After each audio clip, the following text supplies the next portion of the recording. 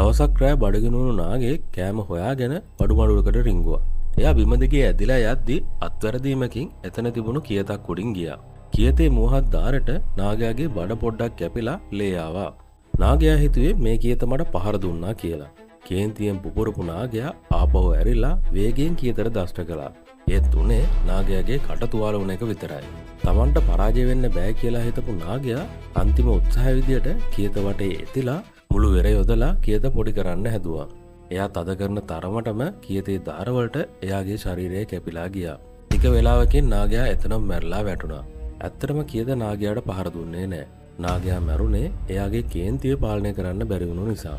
කවුරු හරි අපිට රිද්දුවම අපි කේන්තියෙන් ප්‍රතිචාර දක්වන්න ගියොත් වෙන්නේ අපි අපිටම තුවාල කරගන්න එක විතරයි. හැම දෙයකටම ප්‍රතිචාර දක්වන්න යන්න එපා.